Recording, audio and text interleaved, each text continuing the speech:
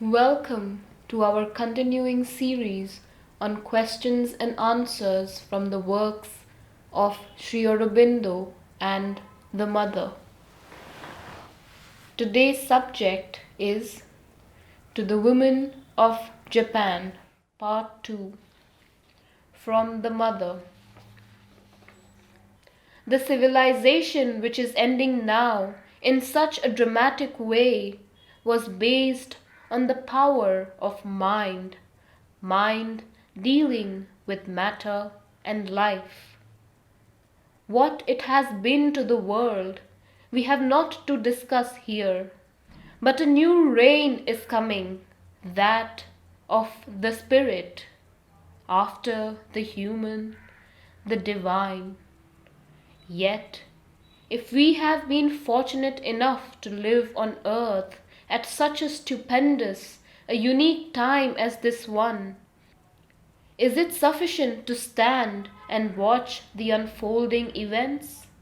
All those who feel that their heart extends further than the limits of their own person and family, that their thought embraces more than small personal interests and local conventions, all those, in short, who realize that they belong not to themselves or to their family or even to their country, but to God, who manifests himself in all countries through mankind, these indeed know that they must rise and set to work for the sake of humanity, for the advent of the dawn.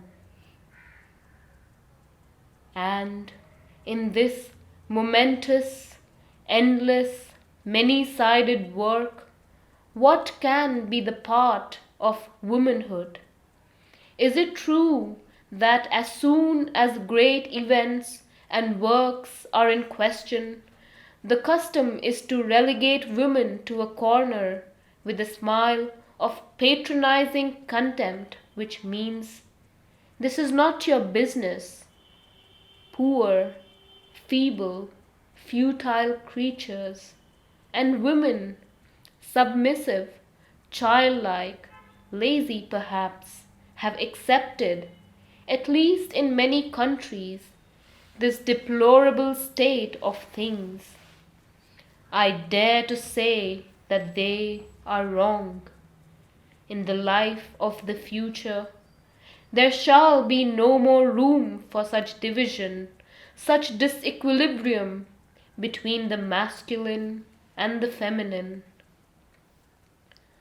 The true relation of the two sexes is an equal footing of mutual help and close collaboration, and from now we must reassume our veritable position, take again our due place, and assert our real importance, that of spiritual former and educator.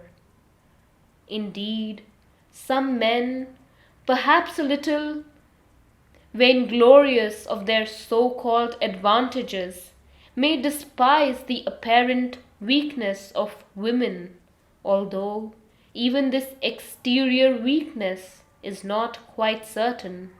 But do what he may, the Superman will have to be born of woman all the same. Someone said very rightly, the Superman shall be born of woman. This is a big, unquestionable truth, but it is not enough to be proud of this truth. We must clearly understand what it means, become aware of the responsibility it creates, and learn to face earnestly the task which is put before us. This task is precisely our most important share in the present worldwide work. For that, we must first understand, at least in their broad lines, What are the means by which the present chaos and obscurity can be transformed into light and harmony? Many means have been suggested: political, social, ethical, even religious. Indeed, none of these seem sufficient to face with any reliable success the magnitude of the task to be done. Only a new spiritual influx, creating in man a new consciousness, can overcome the enormous mass of difficulties barring the way of the workers. A new spiritual light, a manifestation upon earth of some divine force unknown until now, a thought of God new for us, descending into this world and taking a new form here. And here we come back to our starting point, to our duty of true maternity. For this form meant to manifest the spiritual force capable of transforming the earth's present conditions, this new form, who is to construct it if not the woman? Thus, we see that at this critical period of the world's life, it is no longer sufficient to give birth to a being in whom our highest personal ideal is manifested. We must strive to find out what is the future type whose advent nature is planning. It is no longer sufficient to form a man similar to the greatest men we have heard of or known, or even greater, more accomplished and gifted than they. We must strive to come in touch mentally by the constant aspiration of our thought and will with the supreme possibility which, exceeding all human measures and features, will give birth to the Superman. Once again, nature feels one of her great impulses towards the creation of something utterly new, something unexpected, and it is to this impulse that we must answer and obey.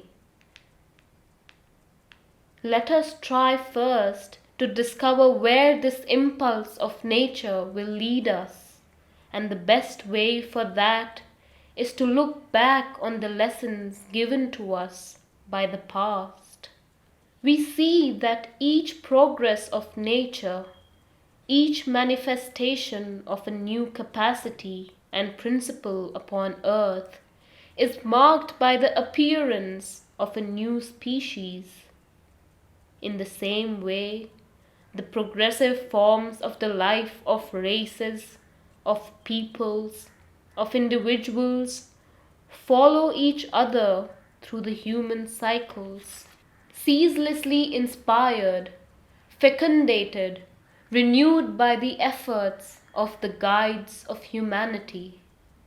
And all these forms aim at the same goal, the mysterious, the glorious goal of nature. It is to this call of nature that we must answer, to this magnificent, to this grandiose work that we must devote ourselves. Let us try to make as clear as we can the steps of our advance on this difficult and as yet unexplored path. First of all, we must be careful in our attempt to conceive the future man or Superman, not to adopt an actual type of man, perfecting or aggrandizing him. To avoid as much as possible this mistake, we should study the teachings of life's evolution.